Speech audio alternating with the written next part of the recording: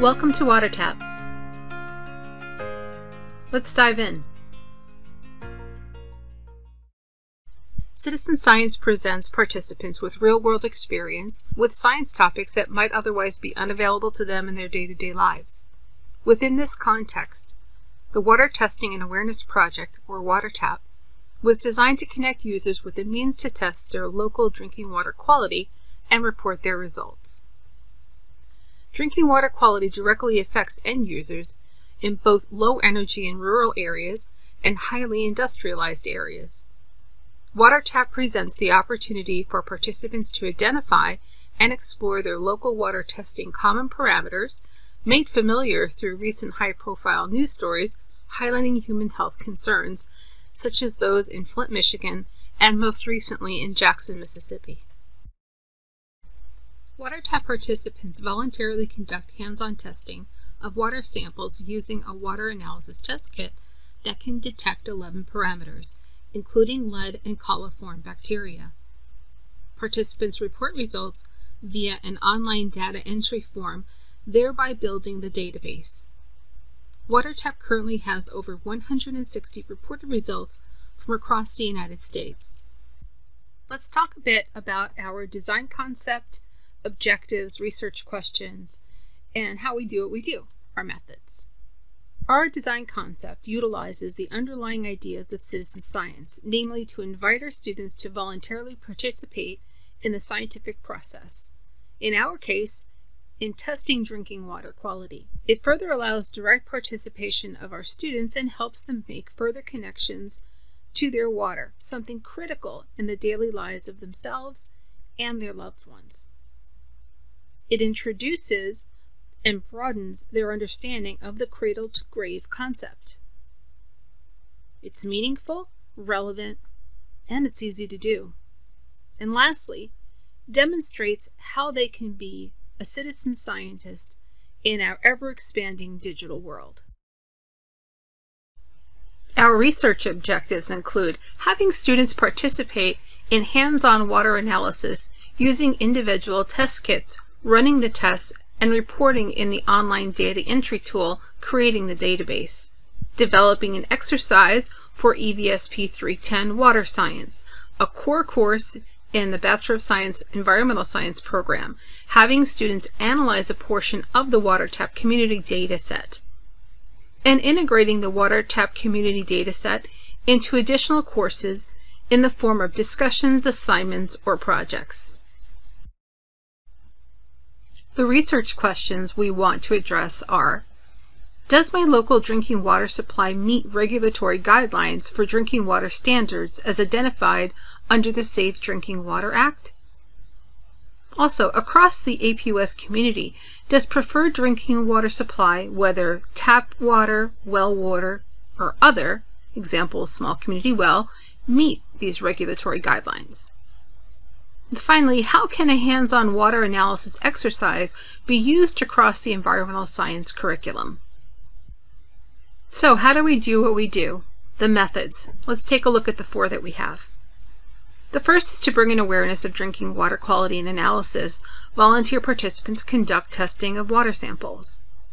Next, sample locations can include homes, offices, or other supplies of interest. Third, testing utilizes a readily available water analysis test kit that can detect parameters such as lead, pesticide, coliform bacteria, iron, nitrates, nitrites, chlorine, copper, alkalinity, pH, and/or water hardness. And lastly, Test Assured Complete Water Analysis Kit is the kit that we've used for this particular research project. So what does our process path look like? It's simple.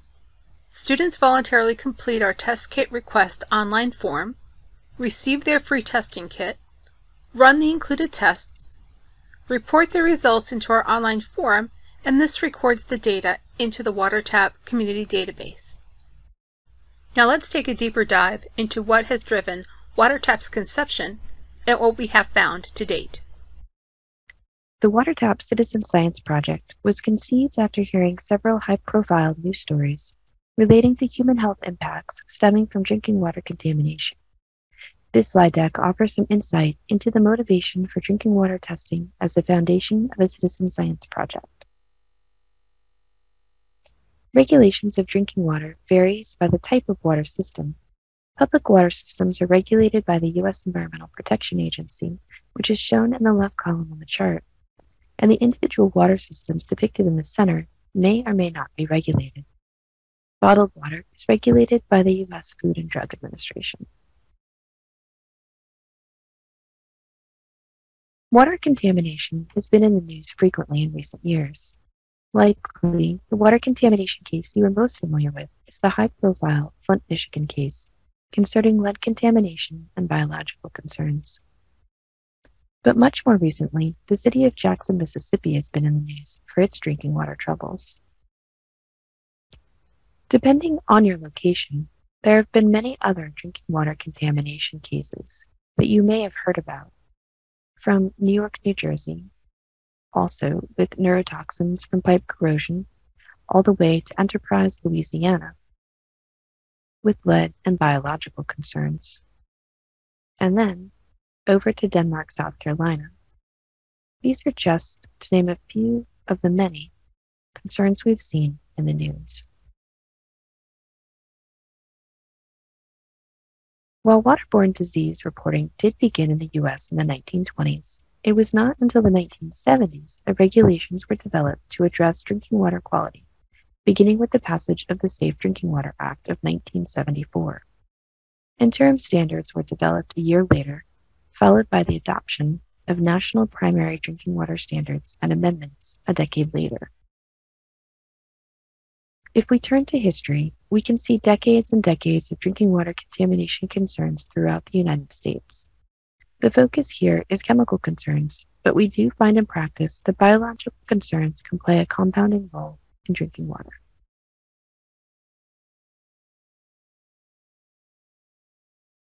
While this slide offers general references, the following 3 slides provide references to many case studies that the audience may want to explore further.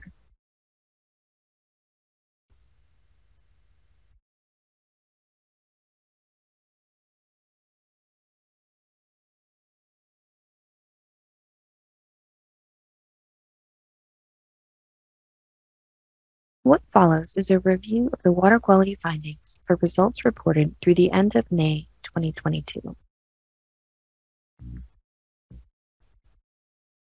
Test parameters include chlorine, pH, alkalinity, hardness, nitrate, nitrite, copper, iron, bacteria, pesticide, and lead. These parameters have been compared against standards including the National Primary Drinking Water Regulations, maximum contaminant level goal, and maximum residual disinfectant level goal, as well as the secondary drinking water standards, guidance for nuisance chemicals. We also compare findings to commonly reported water measurements, such as those by Spellman. The audience can further explore these regulatory guidelines through the U.S. Environmental Protection Agency resources beyond the explanations offered here.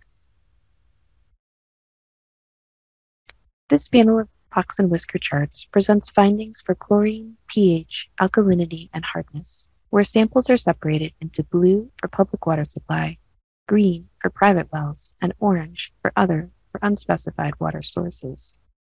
For each box, the shaded solid rectangle represents the first through third quartiles of data, and the whiskers, or the lines extending from the boxes, represent the normal data range. Dots extending beyond these lines are considered outliers in the dataset. The relevant standards per parameter is identified on the chart with dark dashed lines. Some parameters, like chlorine, have maximum values, whereas other parameters have ranges. This same data display format will be shown on the following 6 slides. Most samples fall under the regulatory thresholds for chlorine. As expected, few private wells have chlorine present. pH is monitored and adjusted and used to control coagulation and corrosion in water treatment. High or low pH values can inhibit microorganism growth. While most samples fall within the National Secondary Drinking Water Regulation standard range of 6.5 to 8.5 pH, WaterTAP samples often exceed this range with pH readings of 9. In reviewing alkalinity and hardness, we can consider the role these parameters play in drinking water treatment. Moderate alkalinity helps buffer against pH changes. In WaterTAP, we found few samples have high alkalinity, greater than 200 parts per million, and 50% of samples have low alkalinity, below 80 parts per million. Most samples are classified as moderate to hard, and hardness readings are ranging mostly between 75 to 300 parts per million. The following panels present findings for nitrate, nitrite, copper, and iron. In all water sources, few samples reported concentrations of nitrate or nitrite. For nitrate, one of the samples was reported to have over 10 parts per million, 6 samples with 10 parts per million, and the remaining over 100 samples reported no nitrate. Even fewer samples detected nitrite, with 3 samples reporting 1 part per million, and all others reporting none. Most samples for copper and iron are at or below the maximum contaminant level goal. Though all water supply sources, public supply, private well, and others, have exceedances for copper for the 3rd quartile, meeting maximum contaminant level goals. Findings for iron were mostly below the maximum contaminant level goals, with some outliers that exceed standards. Regarding bacteria presence, 6% of samples reported the presence of bacteria. As depicted on the map, all of the positive samples were reported east of the Mississippi River, and positives were reported across all water supply types. Few samples reported pesticides or lead. The 2 positive lead samples were in the public water supply. In summary, most, but not all samples in the WaterTAP dataset meet regulatory standards or secondary recommendations. Private well samples had a mean iron concentration twice as high as the public supply. All positive bacteria samples were east of the Mississippi River, and the 2 positive lead samples were in the public supply, but represent just 1.5% of all samples in the dataset. As we gather additional data, we look forward to understanding and undertaking a spatial review of findings by location with overlays of socioeconomic data, and we continue to review incoming data for trends analysis. As we continue to build the WaterTAP database, the project has not been without its challenges. WaterTAP is a relatively young project, having been conceived just before a global pandemic. Implementation began in late 2019 and had a slow start with COVID-19 limitations. These include COVID-19 disruptions to business and general life worldwide, our military students being in flux with their deployments, which impacted testing kit requests, receipt, and reporting of results, shipping disruptions causing postal delays and losses, the relatively small size of our EVSP student class, and participant follow-up of results reporting due to many impacts to the daily life of our students and their households. However, the project has picked up in 2022 and will continue to build the WaterTAP database, allowing for further correlations. How else does WaterTAP engage students? Students in the EVSP 310 Water Science course have several opportunities to engage with the WaterTAP dataset in discussions and in a case study assignment. Whether students are able to participate in sampling or not, they are able to analyze a portion of the WaterTAP dataset provided to them and communicate this to their professor and classmates. A section of this course's work focuses on understanding drinking water standards, and this citizen science-driven dataset presents a real-world application of otherwise abstract water standards. How do students feel about participating in WaterTAP? And what have they gotten out of their experience? Overall, students have responded well to participating in WaterTAP.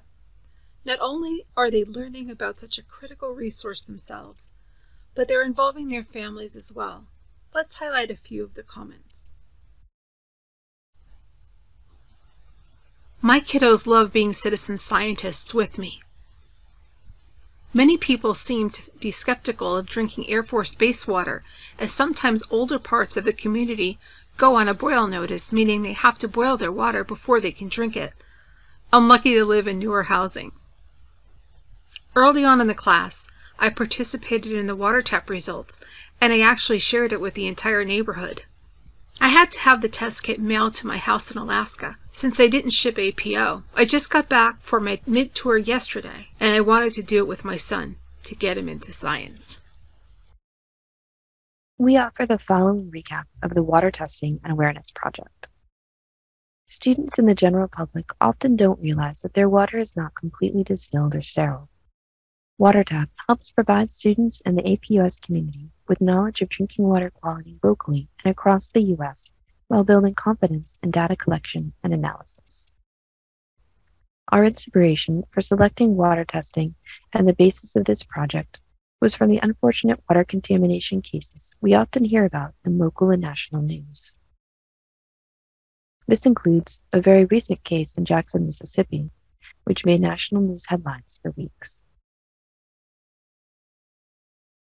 We've been working on the WaterTAP project for several years, with the idea of first taking shape in 2019, followed by a pandemic-related pause in 2020 and 2021.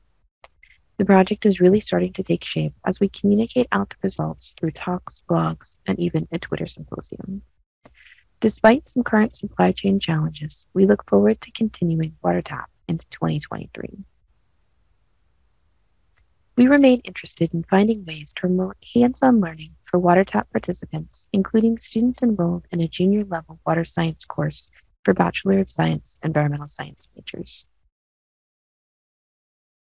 If you would like to learn more about the principal investigators, please pause here and review our bios. Thanks for joining us for our presentation of WaterTAP. You can reach Dr. Messina and I through our project email, watertap411@gmail.com, and you can follow us on Twitter at watertap411. Thanks for listening, and take care.